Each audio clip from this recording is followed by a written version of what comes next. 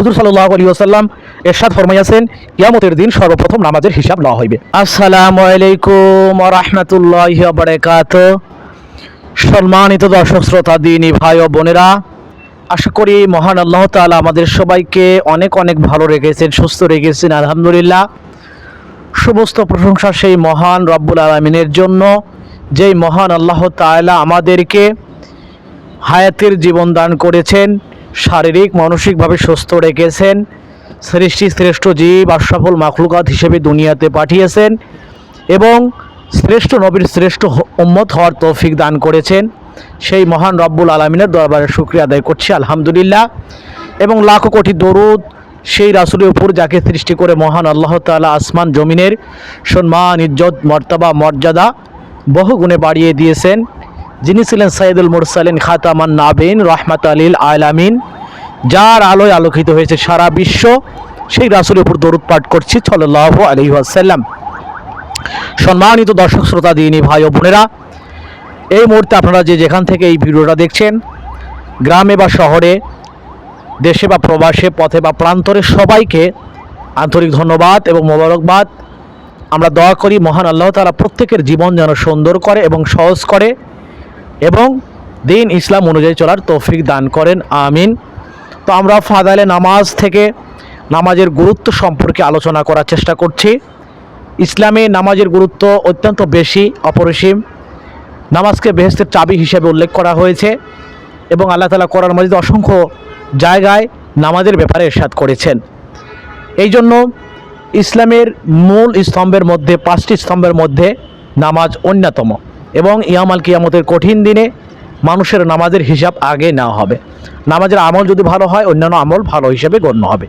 এই জন্য নামাজগুলো সঠিকভাবে আদায় করা আমাদের জন্য একান্ত কর্তব্য এবং আবশ্যক এবং জরুরি। কেননা আমরা যে কোনো নেক কাজ করি আল্লাহ তাআলাকে রাজি খুশি করার উদ্দেশ্যেই করি, কিন্তু সেই কাজের দ্বারা যে ফায়দা হওয়া উচিত বা যে ফায়দা হওয়ার কথা বা যেই লাভ হওয়ার কথা, যদি সেই লাভটা আমরা না পাই, তবে সেই কাজটা বেকার হয়ে যাবে। এই জন্য নামাজের মধ্যে অনেক বিষয় আছে, যেই বিষয়গুলো আমাদের একান্ত জানা জরুরি। বিশেষ করে নামাজের মধ্যে একাগ্রতা রাখা, নামাজের মধ্যে মনোযোগ রাখা, খুশু খুজুর সহিত নামাজ আদায় করা, এই বিষয়গুলো বলে আমাদের অবশ্যই জানা উচিত। তো আমরা এইভাবে নামাজের চ্যাপ্টার থেকে জানার চেষ্টা করছি, কোরআন এবং হাদিস থেকে। তো আজকের পর্বে আমরা জানবো যে নামাজের মধ্যে খুশু খুজু, অর্থাৎ নামাজের মধ্যে মনোযোগের সহিত একাগ্রতার সহিত নামাজ আদায় করার ফজিলত বা লাভ, আর নামাজের মধ্যে যদি মনোযোগ না থাকে কি ক্ষতি হবে, এই বিষয়গুলো আমরা আজকে জানার চেষ্টা করবো। তো চলুন কথা না বাড়িয়ে আমরা মূল আলোচনার মধ্যে প্রবেশ করি। আলোচনার পূর্বে সবাইকে অনুরোধ করবো ভিডিওটা শেষ পর্যন্ত দেখবেন এবং যদি ভিডিওটা ভালো লাগে দিন প্রচার উদ্দেশ্যে ভিডিওটা শেয়ার করে দিবেন ইনশাআল্লাহ। তো হুজুর সাল্লাল্লাহু আলাইহি ওয়াসাল্লাম ইরশাদ ফরমাইয়াছেন, কিয়ামতের দিন সর্বপ্রথম নামাজের হিসাব লওয়া হইবে। আল্লাহ রাসূল ইরশাদ করেন, কিয়ামতের দিন সর্বপ্রথম নামাজের হিসাব লওয়া হইবে। যদি উহা উত্তম এবং পরিপূর্ণরূপে পাওয়া যায়, তবে অন্যান্য আমলও সঠিক বলিয়া গণ্য হইবে, আর যদি উহা খারাপ হয়, তবে অন্যান্য আমলও খারাপ বলিয়া গণ্য হইবে। তারগিব তাবারানি। আল্লাহ রাসূল স্পষ্টভাবে জানিয়ে দিয়েছেন নামাজের হিসাব আগে হবে। সেটা যদি পরিপূর্ণ পাওয়া যায়, ভালো পাওয়া যায়, তো অন্যান্য আমল পরিপূর্ণ ভালো হিসেবে গণ্য হবে। হযরত ওমর রাদিয়াল্লাহু তাআলা আনহু তাহার খেলাফতের যুগে সব এলাকার শাসনকর্তাদের নামে একটি ফরমান পাঠাইয়াছিলেন যে, আমার নিকট সবচেয়ে গুরুত্বপূর্ণ বিষয় হলো নামাজ। হযরত ওমর রাদিয়াল্লাহু তাআলা আনহুর মতো একজন বিচক্ষণ সাহাবী, যাকে আল্লাহ রাসূল বলে গেছেন যে আমার পরে যদি নবী হতো তোর হযরত ওমর হতো, অর্থাৎ ওমরের মধ্যে সেই ধরনের গুণাবলী ছিল। তো সেই ওমর, এবং যেই ওমর রাস্তা দিয়ে হেঁটে গেলে শয়তান 40 দিন যাওয়ার মানে সাহস দেখাতো না, সেই ওমর রাদিয়াল্লাহু তাআলা আনহু, যে কিনা নিজের সন্তানকে মদ্যপানের কারণে তাকে এইভাবে কি শরীয়ত সম্মত আইনে তাকে এইভাবে কি বিচার কার্য যিনি সম্পাদন করেছেন, তিনি দিনের ব্যাপারে অত্যন্ত আল্লাহ ভীরু ছিলেন। সেই ওমর রাদিয়াল্লাহু তাআলা আনহু বলতেছেন যে আমার কাছে সবচাইতে গুরুত্বপূর্ণ বিষয় হলো নামাজ। যে ব্যক্তির উহার হেফাজত এবং এহতেমাম করিবে, সে দিনের অন্যান্য কাজেরও এহতেমাম করিতে পারিবে, আর যে ব্যক্তি নামাজকে ধ্বংস করিবে, সে দিনের অন্যান্য কাজকে আরও বেশি ধ্বংস করিবে।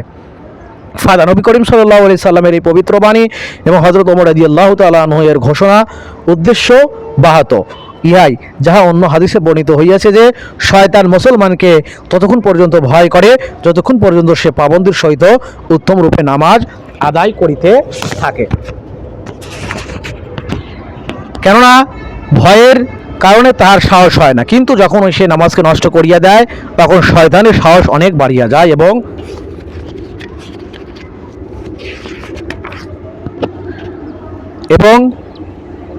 তাহার মধ্যে ওই ব্যক্তিকে গোমরা করার আকাঙ্ক্ষা পয়দা হইয়া যায়। অতঃপর শয়তান ওই ব্যক্তিকে বহু ধ্বংসাত্মক কাজে এবং বড় বড় গুনাহে লিপ্ত করিয়া দেয়। বস্তুত ইহাই আল্লাহ তাআলার এই আয়াতের উদ্দেশ্য, অর্থাৎ নিশ্চয় নামাজ নির্লজ্জতা এবং অশ্লীল কাজ হইতে ফিরাইয়া রাখে। ইহার বর্ণনা শীঘ্রই আসিতেছে। অত্যন্ত গুরুত্বপূর্ণ একটা হাদিস। এই হাদিসের মধ্যে আল্লাহ রাসূল নামাজের গুরুত্ব তুলে ধরেছেন, নামাজের গুরুত্ব সম্পর্কে আলোচনা করেছেন যে কিয়ামতের দিন সর্বপ্রথম কি নামাজের হিসাব লওয়া হইবে। যদি নামাজের আমল ভালো হয় অন্যান্য আমল ভালো হিসেবে গণ্য হবে।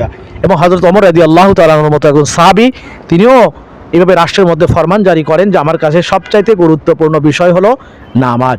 এই জন্য প্রকৃত অর্থেই দিন ইসলামের মধ্যে নামাজের গুরুত্ব সবচাইতে বেশি। এই জন্য আমাদের প্রত্যেকেরই উচিত এই 5 ওয়াক্ত নামাজ গুরুত্ব সহকারে, ইহতিমাম সহকারে মসজিদে গিয়ে জামাতের সঙ্গে আদায় করা। এবং এই নামাজের দ্বারা আল্লাহ তাআলা যে রিজিকের সম্পর্কে রেখেছেন, যে সম্মানের সম্পর্কে রেখেছেন এবং প্রত্যেকটা জরুরত পূরণের যে সম্পর্ক বা ওয়াদা রেখেছেন ওই নামাজের মাধ্যমে সেইগুলো আমাদের অর্জনের চেষ্টা করা। সর্বোপরি নামাজের মাধ্যমে আমাদের মৃত্যুর পরে